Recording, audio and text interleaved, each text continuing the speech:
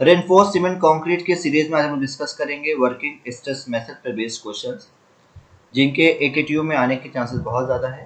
तो जो भी रिमेनिंग क्वेश्चंस रह गए हैं उनको आज हम लोग डिस्कस करेंगे। सो अगर आपको ये सीरीज अच्छी लग रही है तो please like, share and subscribe जरूर करें। सो देखते हैं first question. The model ratio is small m, stress ratio in steel and concrete is small r, then the critical neutral axis constant k is given by। Option क्या है? m upon m minus R, m upon m plus R, C option है m plus R upon R and D option m square upon R. आप देख सकते हैं question SSC 2013 का question है। सो आपको इस क्वेश्चन में मॉडल रेशियो गिवन है, ठीक है, जो कि स्मॉल m है, और रेशियो जो है आपको स्ट्रेस और स्टील का रेशियो गिवन है, ये आपका स्मॉल आर। मतलब क्या गिवन है? That is sigma S T, अगर स्टील की बात है स्ट्रेस इन स्टील, और कंक्रीट की बात है डेट इज सिग्मा सीबीसी का रेशियो आपको गिवन है, that is small R given है, ठीक है। आपको क्या फाइंड करना है? Critical neutral axis constant. तो क्रिटिकल न्यूट्रल एक्सिस कांस्टेंट के जो है, के इक्वल टू क्या होता है? It is m sigma CBC upon m sigma CBC plus sigma S T. अब आपको क्या पता है? Sigma S T upon sigma CBC का रेशियो स्मॉल आर, उसी के रिस्पेक्ट में निकालना है। तो हम लोग क्या करते हैं? m सिग्मा सीबीसी अपॉन, अब यहाँ से सिग्मा सीबीसी, ठीक है, कॉमन बाहर ले लेते हैं, कॉमन ले लेते हैं, तो क्या बचा? m plus sigma S T upon sigma CBC, ठीक है। अब सिग्मा सीबीसी और सिग्मा सीबीसी जो कैंसिल हो गया, तो यहाँ क्या बचा? That is m upon m plus, अब इस जो sigma S T upon sigma CBC को हम लोग क्या लिख सकते हैं? दैट इज स्मॉल आर लिख सकते हैं। तो क्या हुआ? m upon m plus R, ठीक है। तो आपको यहाँ पे करेक्ट आंसर क्या होगा? ऑप्शन बी जो है वो करेक्ट होगा। नेक्स्ट क्वेश्चन है, if the depth of neutral axis for a singly reinforced rectangular section is represented by KD in working stress design.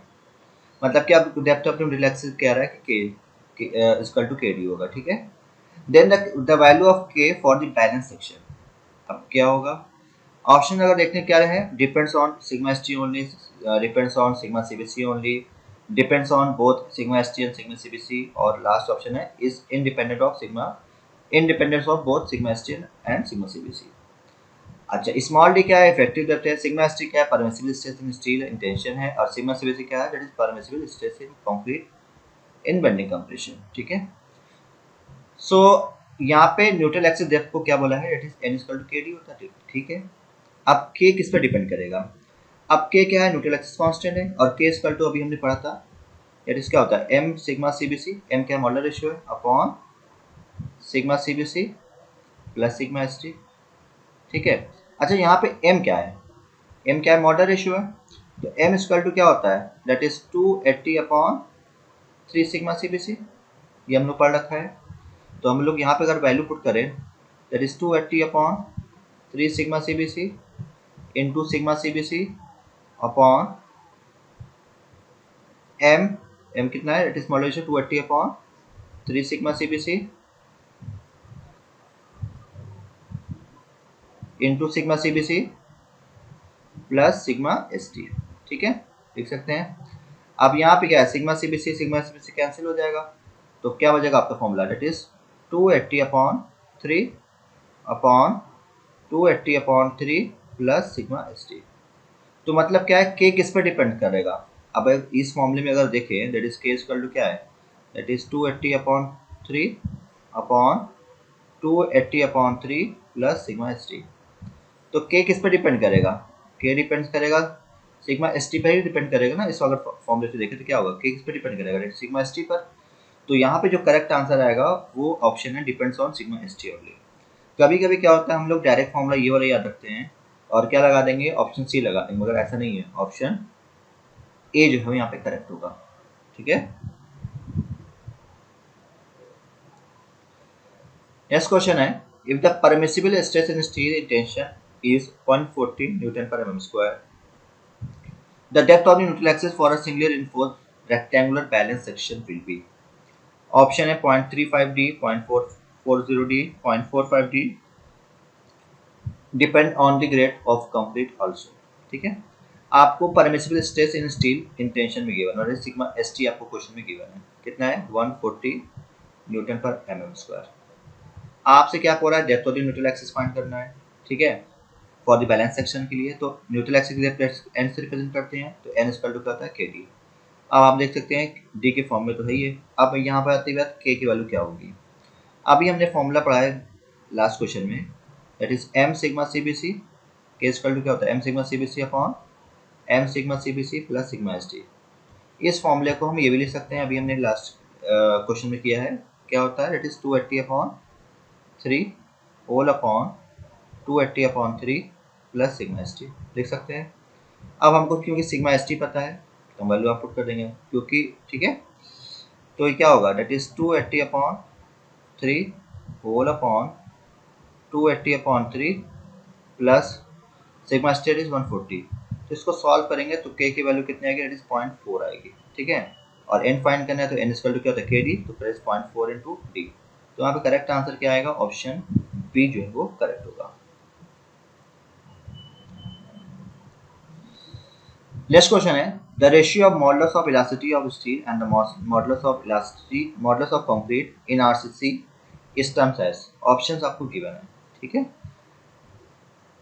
PPSC SDO 2021 में क्वेश्चन पूछा गया है। सो अभी रिसेंटली पेपर हुआ था, इसमें एक क्वेश्चन पूछा गया है। सो मॉडुलर रेशियो क्या होता है, मॉडुलर रेशियो क्या होता है, ratio of modulus of elasticity of the steel and the modulus of elasticity of the concrete का रेशियो होता है। एंड एज पर IS 456/2000 के अकॉर्डिंग मॉडुलर रेशियो क्या होता है, that is 280 upon 3 sigma CBC भी होता है, ठीक है। एंड अगर ES की बात करें that is modulus of elasticity of the steel की, तो इसकी वैल्यू कितनी होती है 2 इंटू 10⁵ न्यूटन पर एम स्क्वायर, ठीक है, याद रखिएगा, ठीक है। और एज पर IS 452/2000 के अकॉर्डिंग अगर modulus of elasticity of concrete अगर फाइंड करना है तो क्या होगा, दैट इज होता है EC इक्वल टू होता है that is 5000 under root FC के, ठीक है। तो यहाँ पे करेक्ट आंसर क्या होगा, ठीक है। यंग्स मॉडुलस क्या होता है, स्ट्रेस अपॉन स्ट्रेन का रेशियो होता है, तो हो नहीं सकता मिक्स रेशियो होने के। करेक्ट आंसर क्या होगा, ऑप्शन सी जो है करेक्ट होगा, that is modular ratio. Next question है a rectangular beam of 300 mm width and 600 mm depth is reinforced on both sides. The limiting stress in concrete and steel are 7 Newton per mm square and 230 Newton per mm square respectively. Center of steels are 50 mm from the both edges if the modular ratio m is equal to 13.33. ठीक है। The steel area of the beam to carry the maximum bending moment of 140 kilonewton meter will be, ठीक है। आपको options के बना, ये Punjab public service commission SDO में paper हुआ था अभी रिसेंटली 2021 में, तो उसमें क्वेश्चन पूछा गया है। सो इस क्वेश्चन से एक चीज़ क्लियर है कि ये वर्किंग स्ट्रेस मेथड पे बेस्ड है क्योंकि सिग्मा परमिसिबल स्ट्रेसेस गिवन है, ठीक है। तो आप देखते हैं कि उस क्वेश्चन में क्या क्या गिवन है, ठीक है। पहले आपको विड्थ ऑफ द बीम कितना गिवन है, it is small B it is 300 mm। 600 mm जो बात कर रहा है वो ओवरऑल डेप्थ की बात कर रहा है, it is capital D 600 mm, ठीक है। आपको सिग्मा एस टी की वैल्यू गिवन है, कितना गिवन है 230 न्यूटन पर mm स्क्वायर, और सिग्मा सीबीसी की वैल्यू गिवन है दैट इज 7 न्यूटन पर mm स्क्वायर, ठीक है। आपको ये सेंटर ऑफ द स्टील से 50 mm फ्रॉम द पोजीशन, ये आपको इफेक्टिव कवर गिवन है।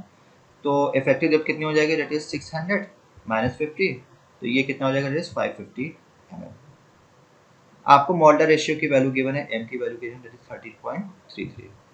आपको मूवमेंट कितना गिवन है, that is 140, maximum movement given है 140 किलो न्यूटन मीटर। आपसे कह रहा है कि सिग्मा एस टी फाइंड करो, ठीक है। तो सबसे पहले हम क्या फाइंड करेंगे कि depth of the neutral axis find कर लेंगे, ठीक है। तो आपको पता है m sigma C B C upon sigma S T equal to N C upon D minus N C. हम मान ले रहे हैं कि ये बैलेंस सेक्शन है, ठीक है। तो बैलेंस सेक्शन है और स्ट्रेसेस अगर परमिसिबल है तो उस केस में जो depth of the neutral axis होती है वो क्रिटिकल न्यूट्रल एक्सिस हो जाती है, ठीक है। दूसरा क्या है कि इसमें अगर actual depth of the neutral axis की बात करें तो नहीं फाइंड कर सकते, क्यों, क्योंकि फॉर्मूला होता है that is bn square upon 2 equal to m times of AST into d minus n। अब इस में आपको ना ही n पता है और ना ही एस टी आपको फाइंड करना है, तो दो अननोन है, तो इसको फाइंड लोग क्या कर सकते हैं, एक्चुअल न्यूट्रल एक्सिस फाइंड कर ही नहीं सकते हैं, तो क्रिटिकल हम लोग फाइंड कर लेते हैं। तो m की वैल्यू कितनी है, model ratio that is 13.33, sigma CBC आपका 7 है, सिग्मा ST आपका 230 है, NC आपका फाइंड करना है और D कितना है 550 है माइनस NC, तो NC इक्वल टू हो जाएगा, इसको कैलकुलेट करेंगे तो NC इक्वल टू आएगा 158.81 mm। ठीक है, अब आपको क्या फाइंड करना है, आपको फाइंड करना है AST, एरिया ऑफ स्टील। ठीक है, तो मोमेंट इक्वल टू क्या होता है, एक होता है formula that is sigma ST into AST into lever arm that is D minus n/3। अब बैलेंस सेक्शन की बात करें तो ये सिग्मा C हो गया, सॉरी NC हो गया। मोमेंट आपको पता है दैट इज 140, अगर ये किलो न्यूटन मीटर में है तो अगर ये क्या हो जाएगा 10.6 हो जाएगा। सिग्मा ST आपको गिवन है दैट इज 230, AST आपको फाइंड करना है, D आपको कितना है दैट इज 550 माइनस 158.81 अपॉन 3, तो इसको सॉल्व करेंगे तो AST इक्वल टू आ जाएगा 1224.56 mm²। ठीक है, तो यहाँ पे करेक्ट आंसर क्या आएगा, ऑप्शन जो है सी जो है वो करेक्ट है। ठीक है, नेक्स्ट क्वेश्चन है, factor of safety FOS adopted for concrete and steel as per working एसेस method of design is, option है 3 एंड 1.15, सारे ऑप्शंस गिवन है, एक क्वेश्चन पूछा गया है PPSC SGO 2021 में क्वेश्चन पेपर में क्वेश्चन पूछा गया है। सो यहाँ पे फैक्टर ऑफ सेफ्टी की जो बात किया जा रहा है स्टील और कंक्रीट की, वो एज पर वर्किंग एसेस मेथड की बात की जा रहा है। ठीक है, याद रखिएगा पहले तो। अच्छा, अगर हम बात करें कंक्रीट, तो कंक्रीट के फैक्टर ऑफ सेफ्टी कितनी होती है, दैट इज FOS कितना होता है, ये लेते हैं 3 लेते हैं।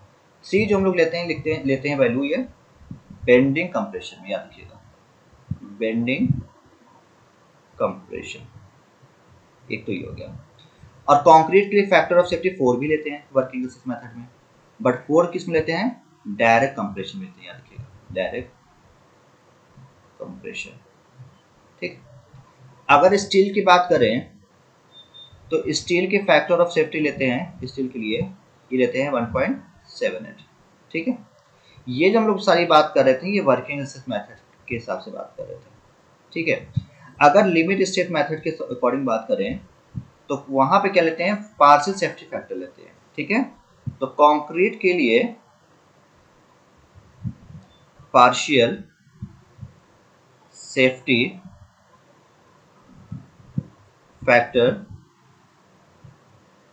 तो कंक्रीट के लिए पार्शियल सेफ्टी फैक्टर कितने लेते हैं, ये लेते हैं दैट इज 1.5, और स्टील के केस में ये वैल्यू लेते हैं दैट इज 1.15। तो याद रखिएगा, तो ये जो आपको गिवन है कंक्रीट एंड स्टील की बात कर रहा है, ये लिमिट स्टेट की बात कर रहा है इस ऑप्शंस में। ठीक है, आपसे पूछा है कि वर्किंग एसेस मेथड में तो कंक्रीट के लिए 3 भी होता है 4 भी होता है, 3 जो है बेंडिंग कंप्रेशन में होता है, 4 डायरेक्ट कंप्रेशन में होता है। ठीक है, तो यहाँ पे जो करेक्ट आंसर आएगा वो कितना होगा, ऑप्शन डी जो है वो करेक्ट होगा, that is 3 and 1.78। Next question है, permissible bending tensile stress in high yield steel deform bars of grade Fe 415 in a beam is, option है 190, 230, 140, none of the above। ये भी Punjab public service commission SGO में अभी recently जो paper हुआ था उसमें क्वेश्चन पूछा गया है। ठीक है, परमिसिबल बेंडिंग टेंसाइल स्ट्रेस की बात कर रहा है। ठीक है, of the grade Fe for the grade 415 के लिए, तो याद रखिएगा Fe 250 that is mild steel के लिए सिग्मा ST की वैल्यू होती है, ठीक है, ये होती है 140 न्यूटन पर mm²। ठीक है, एंड Fe 415 ग्रेड के लिए सिग्मा ST की वैल्यू होती है 230 न्यूटन पर mm²। ठीक है, और Fe 500 के लिए ग्रेड ऑफ स्टील के लिए सिग्मा ST की वैल्यू होती है दैट इज 275 न्यूटन पर mm²। तो यहाँ पे जो करेक्ट आंसर क्या होगा, ऑप्शन जो है वो बी होगा, करेक्ट होगा। नेक्स्ट क्वेश्चन है, ratio of permissible stress in direct compression and bending compression is, option less than 1, between 1 and 1.5, C option है between 1.5 and 2, and D option greater than 2। Permissible stress की बात कर रहा है। अब देखिएगा परमिसिबल स्ट्रेस की बात करें तो होता क्या है, परमिसिबल स्ट्रेस क्या होता है, that is ultimate compressive strength of the concrete और yield strength of the steel और 0.2% of proof stress of steel divided by the factor of safety. ठीक, अब देखिए यहाँ पे डायरेक्ट कंप्रेशन की बात कर रहा है, तो डायरेक्ट कंप्रेशन में फैक्टर ऑफ सेफ्टी कितना लेते हैं कंक्रीट की अगर बात करें तो ये लेते हैं दैट इज 4, और बेंडिंग कंप्रेशन में फैक्टर ऑफ सेफ्टी की वैल्यू कितने लेते हैं that is 1 point, sorry bending compression में कितना लेते हैं 3 लेते हैं। ठीक है, अभी हमने बताया था। ठीक, तो परमिसिबल स्ट्रेस की बात कर रहा है, दैट इज परमिसिबल स्ट्रेस में क्या हुआ, direct ultimate compressive strength of the concrete divided by the factor of safety. ठीक, तो हमने मान लिया अल्टीमेट कंप्रेसिव स्ट्रेंथ हमने मान लेते हैं दैट इज एफ मान लेते हैं, हम एज्यूम कर लेते हैं। ठीक है, तो परमिसिबल स्ट्रेस क्या हो जाएगी इस केस में, फर्स्ट कंडीशन में permissible stress that is F upon 4 हो जाएगा। ठीक है, मतलब कि ultimate compressive strength divided by the factor of safety, तो बेंडिंग कंप्रेशन कितना होगा दैट इज 4 होगा factor of safety. Second permissible stress की बात करते हैं तो क्या हो जाएगा, एफ अपॉन 3 हो जाएगा। ये क्यों हो जाएगा, क्योंकि factor of safety bending compression में कितने 3 लेते हैं, दोनों कंडीशन में ले लिया। अब दोनों का रेशियो निकालना है तो क्या हो जाएगा, रेशियो अगर फाइंड करना है तो क्या होगा, F upon 4 multiplied by 3 upon 4, 3 upon F sorry. ठीक है, तो यहाँ पे क्या हो जाएगा दैट इज 3 अपॉन 4, मतलब कि क्या है दैट इज 0.75, मतलब कि जो रेशियो आएगा permissible stress in direct compression और बेंडिंग कंप्रेशन का वो क्या होगा 0.75, मतलब क्या होगा लेस देन 1। तो यहाँ पे करेक्ट आंसर क्या होगा, ऑप्शन ए जो है वो करेक्ट होगा, that is less than 1। Next question है the higher modulus ratio shows, option है higher compressive strength of the concrete, lower compressive strength of the concrete, ठीक है, high tensile strength of the concrete steel and lower tensile strength of steel. ठीक है, so अभी हम लोग बात करें मॉडुलर रेशियो, तो मॉडुलर रेशियो क्या होता है that is 280 upon 3 sigma CBC. तो क्या है, अगर ग्रेट ऑफ कंक्रीट अगर इंक्रीज करेंगे, ठीक है, ग्रेट ऑफ कंक्रीट इंक्रीज करेंगे इस फॉर्मूले से अगर देखें तो क्या होगा, मॉडुलर रेशियो क्या होगा, डिक्रीज होगा। ठीक है, या उल्टा कहें अगर मॉडुलर रेशियो इंक्रीज करेंगे तो ग्रेट ऑफ कंक्रीट क्या होगा, डिक्रीज होगा। ठीक है, दूसरा, अगर हम लोग को पता है मॉडुलर रेशियो क्या होता है that is M equal to क्या होता है ईएस अपॉन ईसी का रेशियो होता है, तो modulus of elasticity of steel कितना होता है दैट इज 2 × 10⁵। ये पर्टिकुलर सब ग्रेड के लिए चाहे माइल हो चाहे डिफॉर्म बार हो, सबके केस में डिफॉर्म स्टील हो हाई स्ट्रेंथ स्टील हो, सबके केस में ये वैल्यू सेम होती है। अगर modulus of elasticity of concrete की बात करें तो क्या होगा दैट इज 5000 अंडर रूट एफसीके। अब एफसीके क्या है, that is characteristic compressive strength of the concrete. ठीक है, तो अगर हम ग्रेट ऑफ कंक्रीट इंक्रीज करेंगे, मतलब कि अगर M20 लिया फिर M30 लिया, तो एफसीके के M20 के लिए एफसीके की वैल्यू कितनी होगी दैट इज 20, और एफ M30 के लिए एफसीके की वैल्यू कितनी होगी दैट इज 30। ठीक है, तो आप देख सकते हैं अगर इस फॉर्मूले से भी देखें तो ग्रेट ऑफ कंक्रीट इंक्रीज करेंगे तो क्या होगा, मॉडुलर रेशियो डिक्रीज होगा, या उल्टा कह दें मॉडुलर रेशियो अगर हायर है तो क्या होगा, कंप्रेसिव स्ट्रेंथ क्या होगा, लोअर होगा। तो यहाँ पे करेक्ट आंसर क्या होगा, ऑप्शन जो है वो बी करेक्ट होगा, that is lower compressive strength of concrete. Next question है consider the following statement concerning both the working stress design and ultimate strength design of reinforced concrete. अब देखिए options आपको जो ये आपको गिवन है statement, plane section before bending remains plane after bending and the tensile strength of concrete is ignored of these statement options given है। देखिए ये अजम्पशंस है, ठीक है, ये अजम्पशंस है वर्किंग स्ट्रेस की अगर बात करें, अजम्पशन है कि plane section before bending and remains plane after bending, क्योंकि करेक्ट है। दूसरा का अजम्पशन है ये मानते हैं जब भी डिजाइन करते हैं, चाहे वो लिमिट स्ट्रेस की बात करें या वर्किंग स्ट्रेस की बात करें, तो हम लोग ये मानते हैं कि कंक्रीट किस में स्ट्रांग होता है, कंप्रेशन में स्ट्रांग होता है, टेंशन में वीक होता है। तो ये हम लोग ये मान के चलते हैं कि टेंसाइल स्ट्रेंथ ऑफ कंक्रीट जो है हम उसको इग्नोर मान के चलते हैं क्योंकि वो वीक होता है टेंशन में। ठीक है, तो ये भी स्टेटमेंट जो है सही है क्योंकि अजम्पशन ही है, तो इसका मतलब कि दोनों स्टेटमेंट क्या है वो करेक्ट है। तो यहाँ पर ऑप्शन क्या होगा, option C, that is both 1 and 2 are correct, so option C is correct. Hopes आपको ये सीरीज अच्छी लग रही है, अगर अच्छी लग रही है तो please like share and subscribe जरूर करें, और जो भी जितने भी टॉपिक्स अभी रह गए हैं उन पे भी मैं एमसीक्यू बनाऊंगा जिसका आप बेनिफिट ले सकते हैं। एकेटिव के एग्जाम होने वाले रिसेंटली, उसमें आप जो है इसका एक प्रॉब्लम को सॉल्व करके आप ज़्यादा से ज़्यादा मार्क्स स्कोर कर सकते हैं। Thank you so much.